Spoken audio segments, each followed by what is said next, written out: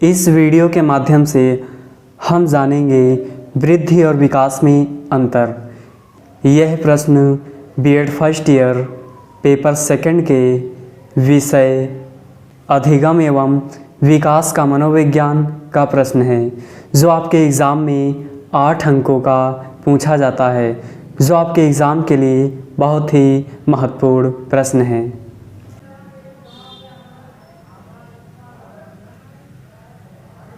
वृद्धि और विकास में अंतर।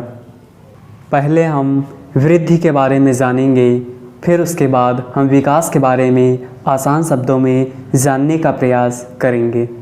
वृद्धि को ही अभिवृद्धि के नाम से भी जाना जाता है, इसलिए आपको कंफ्यूज नहीं होना है, क्योंकि आपके एग्ज़ाम में कहीं पर वृद्धि या अवृद्धि दोनों शब्दों का प्रयोग देखने को मिल सकता है। वृद्धि शब्द का प्रयोग सामान्यतः शरीर तथा उसके अंगों के भार अथवा आकार में वृद्धि के लिए किया जाता है। वृद्धि को नापा व तौला नहीं जा सकता।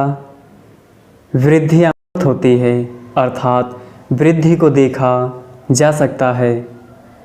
इस प्रकार हम व्यक्ति के शरीर और शरीर के आकार और भार को हम वृद्धि कहते हैं, क्योंकि इसे हम देख सकते हैं और इसे शरीर के भार को तौला जा सकता है और शरीर के आकार को नापा जा सकता है।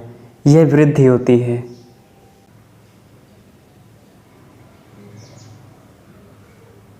वृद्धि आजीवन चलने वाली प्रक्रिया नहीं है। वृद्धि आजीवन नहीं चलती, यानी पूरे जीवन नहीं चलती। इसका एक निश्चित समय होता है जब वृद्धि रुक जाती है। जैसा कि बालक जब जन्म लेता है या गर्भावस्था में होता है, तब बालक का विकास तेज़ गति से होता है। तब एक उम्र ऐसी आती है जब वृद्धि रुक जाती है, जैसा कि 18 से 20 साल के होने पर बालक की वृद्धि रुक जाती है, जो कभी नहीं बढ़ती। अभिवृद्धि का समय निश्चित होता है। वृद्धि का प्रत्यक्ष अवलोकन किया जा सकता है, यानी वृद्धि को हम देख सकते हैं। जैसा कि हमारे शरीर में कितना भार बढ़ा है, हमारी हाइट कितनी बढ़ी है, इसको हम नाप तौल व देख सकते हैं। वृद्धि का संबंध आकार से होता है, अर्थात किसी व्यक्ति की वृद्धि होने पर उसके आकार में परिवर्तन होता है, उसकी हाइट बढ़ती है, शरीर की चौड़ाई बढ़ती है। इसलिए हम कहते हैं कि वृद्धि का संबंध आकार से होता है। वृद्धि की शुरुआत विकास के बाद होती है। सबसे पहले विकास होता है, उसके बाद वृद्धि की शुरुआत होती है। अभी हम बाद में विकास के बारे में भी अध्ययन करेंगे। वृद्धि गर्भावस्था से लेकर परिपक्व होने तक चलती है, यानी बालक जब माता के पेट में गर्भावस्था के दौरान होता है, तब भी बालक की शारीरिक वृद्धि होती रहती है, और यह वृद्धि तब तक होती है जब तक वह परिपक्व ना हो जाए, यानी वह 18 से 20 साल का ना हो जाए। 18 से 20 साल के बाद वृद्धि रुक जाती है। वृद्धि में होने वाले परिवर्तन केवल शारीरिक होते हैं। कहने का मतलब यह है, वृद्धि में जो परिवर्तन होता है वह शरीर के अंदर होता है, वह शारीरिक होती है, और जो मानसिक वृद्धि होती है वो विकास के अंदर आती है।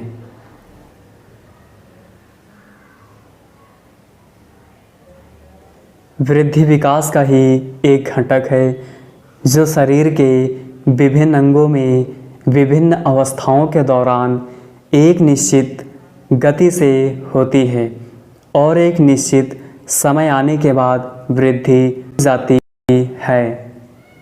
इसका मतलब ये है, वृद्धि जो होती है वह गर्भावस्था के दौरान से स्टार्ट होती है, और बीच में रुक जाती है, फिर स्टार्ट होती है, फिर रुक जाती है और एक इसी तरह एक ऐसी स्थिति आती है जब वृद्धि हमेशा के लिए रुक जाती है, जिसे हम 18 से 20 वर्ष की अवस्था के नाम से जानते हैं। वृद्धि में होने वाले परिवर्तन रचनात्मक होते हैं। वृद्धि में होने वाले परिवर्तन मात्रात्मक भी होते हैं। वृद्धि का क्रम व्यक्ति को वृद्धावस्था की ओर ले जाता है। कहने का मतलब ये है कि बालक जब गर्भावस्था के दौरान होता है तब उसकी वृद्धि बढ़ती रहती है और यह वृद्धि बढ़ते बढ़ते एक ऐसी अवस्था पे चली जाती है जहाँ पर वृद्धि बढ़ने के कारण व्यक्ति बनता है और वह बूढ़ा हो जाता है, जिसे हम वृद्धावस्था के नाम से जानते हैं।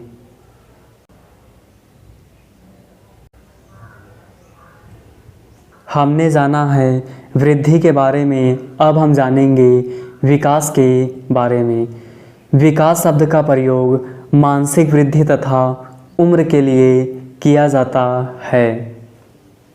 विकास को नापा व तौला नहीं जा सकता, क्योंकि विकास एक मानसिक प्रक्रिया होती है जिसे तौलना और नापना संभव ही नहीं है। जैसे बालक या व्यक्ति ने अपनी मानसिक वृद्धि को किस स्तर में आगे बढ़ाया और किस स्तर तक पहुंच गया, इसको हम किसी मीटर या रस्सी से हम इसे नहीं नाप सकते हैं। इसलिए वृद्धि को नापा व तौला नहीं जा सकता। विकास को देखा भी नहीं जा सकता। व्यक्ति की जो मानसिक वृद्धि है और जो उसकी उम्र होती है उसको भी हम देख नहीं सकते, क्योंकि मानसिक वृद्धि दिखाई नहीं देती है। ये समझ में आती है कि व्यक्ति ने या बालक ने अपनी मानसिक योग्यताओं को किस स्तर तक ऊपर उठाया है, इसका हम अनुमान लगा सकते हैं, लेकिन इसे हम देख नहीं सकते। विकास का समय निश्चित नहीं होता।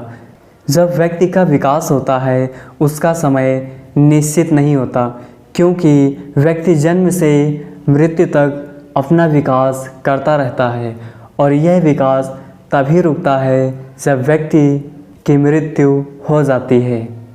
इसे हम जीवन पर्यंत चलने वाली अवस्था भी कहते हैं।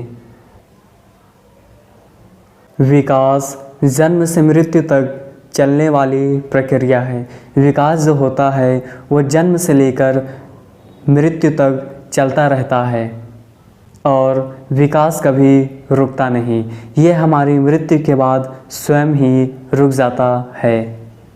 प्राणी में विकास पहले होता है, यानी विकास पहले होता है और वृद्धि बाद में होती है। विकास अमूर्त होता है। अमूर्त का अर्थ होता है जिसे हम देख नहीं सकते, इसलिए विकास को देखा नहीं जा सकता। विकास किसी भी जीवित प्राणी में गर्भावस्था से लेकर जीवन पर्यंत तक चलता रहता है। विकास के अंतर्गत सभी शारीरिक, मानसिक, सामाजिक व संवेगात्मक परिवर्तन होते हैं। विकास की प्रक्रिया एक निश्चित अवधि व सीमा तक साथ साथ चलती है। वह एक निश्चित अवधि जिसके बाद इसका आश्चर्य टूट जाता है। कहने का मतलब ये है वृद्धि और विकास दोनों साथ साथ चलते हैं, लेकिन एक स्थिति ऐसी आती है जहाँ वृद्धि रुक जाती है और विकास आगे निकल जाता है। इसलिए एक निश्चित अवधि के बाद इसका आश्चर्य यानी संबंध टूट जाता है। विकास जब आगे निकल जाता है तो वृद्धि रुक जाती है और विकास जो होता है ये कभी नहीं रुकता और वृद्धि जो होती है ये बढ़ती है, रुकती है, इसी तरह से आगे बढ़ती रहती है और 18 से 20 वर्ष आने पर यह वृद्धि हमेशा के लिए रुक जाती है और विकास मृत्यु तक हमारे साथ चलता रहता है। विकास में होने वाले परिवर्तन रचनात्मक एवं विषाणात्मक दोनों प्रकार के होते हैं और विकास में होने वाले परिवर्तन गुणात्मक होते हैं। विकास एक सार्वभौमिक प्रक्रिया है क्योंकि यह प्राणी की मृत्यु तक चलती रहती है। विकास का क्रम व्यक्ति को परिपक्वावस्था प्रदान करती है, यानी जो व्यक्ति का विकास होता है यह व्यक्ति को वृद्धावस्था की ओर न ले जाकर परिपक्वावस्था तक लेकर जाती है। जैसे व्यक्ति का विकास तभी होता है जब वह चिंतन करता है, अपने मानसिक योग्यताओं को बढ़ाता है, और जब व्यक्ति की मानसिक योग्यताएं बढ़ती है तो वह परिपक्व होता है और यह परिपक्वता आजीवन चलती रहती है। व्यक्ति जितना जीवन जीता रहता है वह उतना ही परिपक्व होता जाता है। इसलिए हम कहते हैं कि विकास परिपक्वता प्रदान करती है। विकास एक जटिल प्रक्रिया होती है जबकि वृद्धि एक सरल प्रक्रिया होती है। प्रेम शंकर श्रीवास्तव के अनुसार जन्मोपरांत शारीरिक अभिवृद्धि कुछ चक्रों में होती है जिसका एक निश्चित क्रम होता है। इन्हें विकास का चक्र कहा जाता है। प्रथम विकास चक्र जन्म से 2 वर्ष की आयु तक होती है जिसमें विकास की गति बहुत तेज़ी से होती है। 2 से 11 वर्ष अंतराल द्वितीय विकास चक्र का प्रतीक है जिसमें विकास की गति बहुत धीमी होती है। तृतीय विकास क्रम 11 से 15 वर्ष की आयु के बीच मानी जाती है। यानी कहने का मतलब ये है जो हमारे शरीर की वृद्धि होती है वह चक्राकार होती है, जिसमें विकास पुनः तीव्र गति से होता है। 15 से 18 वर्ष की आयु काल चतुर्थ विकास का आघात है जिसमें विकास की गति पुनः मंद हो जाती है। स्पष्ट है कि विकास व्यक्ति की आंतरिक एवं बाह्य क्रियाओं में परिवर्तन है। अब आगे पढ़ने की आवश्यकता नहीं है। वृद्धि का सीधा सा मतलब होता है यह एक अवस्था से चलकर दूसरी अवस्था में रुक जाती है, फिर दूसरी अवस्था से तीसरी अवस्था में चलती है, फिर तीसरी अवस्था के बाद फिर रुक जाती है। यानी वृद्धि चलती है, रुकती है, फिर चलती है, फिर रुकती है। इसी प्रकार वृद्धि आगे बढ़ती जाती है। और आपकी वीडियो यहीं पे समाप्त होती है। अगर वीडियो पसंद आई हो तो वीडियो को लाइक करें और चैनल को सब्सक्राइब करें तथा इसे अपने व्हाट्सएप ग्रुप में अपने दोस्तों को शेयर करें।